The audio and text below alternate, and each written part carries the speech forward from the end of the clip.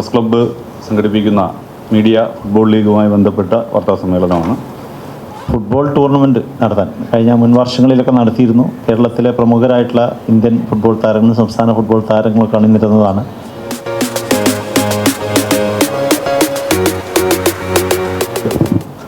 Thiruvananthapuram press club സംഘടിപ്പിക്കുന്ന media football league April 3 മുതൽ 6 വരെ ചന്ദ്രശേഖരൻ നായർ സ്റ്റേഡിയത്തിൽ നടക്കും.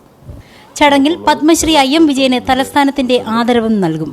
തുടർന്ന് സന്തോഷ് ട്രോഫി താരങ്ങളും മുൻ ഇന്ത്യൻ താരങ്ങളും തമ്മിലുള്ള മത്സരവും അരങ്ങേറും. തിരുവനന്തപുരം പ്രസ് ക്ലബ്ബിൽ നടന്ന വാർത്താ സമ്മേളനത്തിൽ കേരള സ്പോർട്സ് കൗൺസിൽ പ്രസിഡന്റും മുൻ ഇന്ത്യൻ താരവുമായ U Sharafali, press club president PR Praveen, secretary M Radhakrishnan, Kovalam Satheesh, managing committee അംഗം A ജയമോഹൻ എന്നിവർ പത്രസമ്മേളനത്തിൽ അറിയിക്കുകയായിരുന്നു. ക്രിക്കറ്റ് ലീഗ് സംഘടിപ്പിച്ചിരുന്നു. അന്ന് 19 ടീമുകളുണ്ടായിരുന്നു. ഫുട്ബോളിൽ 13 പുരുഷ മാധ്യമ ടീമുകളും 4 വനിതാ ടീമുകളുമാണ് പങ്കെടുക്കുന്നത്. ഈ മീഡിയ ഫുട്ബോൾ ലീഗിൻ്റെ മറ്റൊരു പ്രത്യേകത, കേരളത്തിൻ്റെ അഭിമാനങ്ങളായ ഫുട്ബോൾ താരങ്ങൾ വീണ്ടും ബൂട്ട് കെട്ടുന്നു എന്നതാണ്.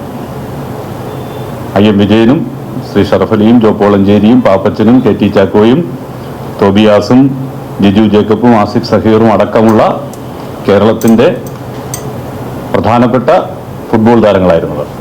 അവർ വീണ്ടും തിരുവനന്തപുരത്ത് ബൂട്ടണിയുന്നു.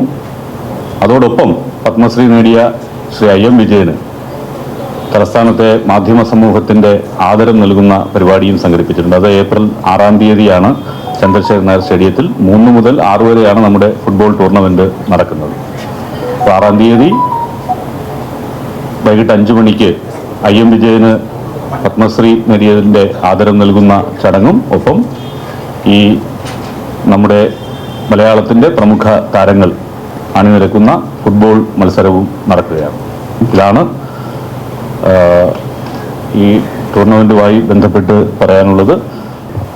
ബഹുമാന്യ പ്രസിഡന്റ്, സെക്രട്ടറി, മറ്റു ഭാരവാഹികൾ, വളരെ സന്തോഷം തോന്നുന്നുണ്ട്.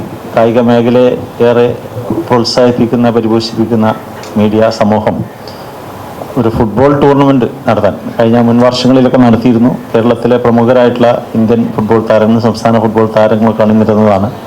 അതുപോലെ തന്നെ മീഡിയ ടീമിൻ്റെ മീഡിയ ഫുട്ബോൾ ലീഗ് അതും സംഘടിപ്പിച്ചതാണ്. വളരെ സന്തോഷമുണ്ട്, അഭിമാനമുണ്ട്. ഫുട്ബോൾ മേഖലയ്ക്ക് വലിയ പ്രോത്സാഹനം കൊടുക്കുന്ന രീതിയിൽ തന്നെയാണ് ഇത് സംഘടിപ്പിച്ചിട്ടുള്ളത്. അതുപോലെ തന്നെ ഇന്നത്തെ ഈ കാലഘട്ടത്തിൽ ഈ കായിക മേഖലയെ പരിപോഷിപ്പിക്കുന്ന വലിയ പ്രസക്തിയുള്ളൊരു കാലഘട്ടമാണ്.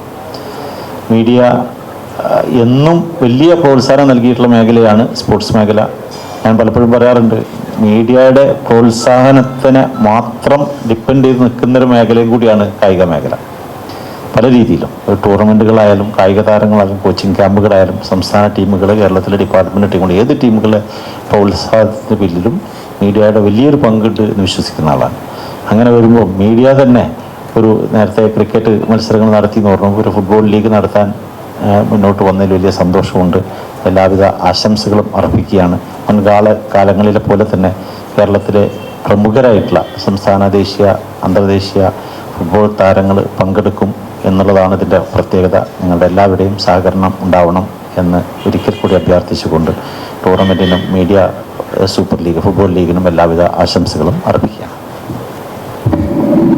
ലോഗോ പ്രകാശനമാണ്.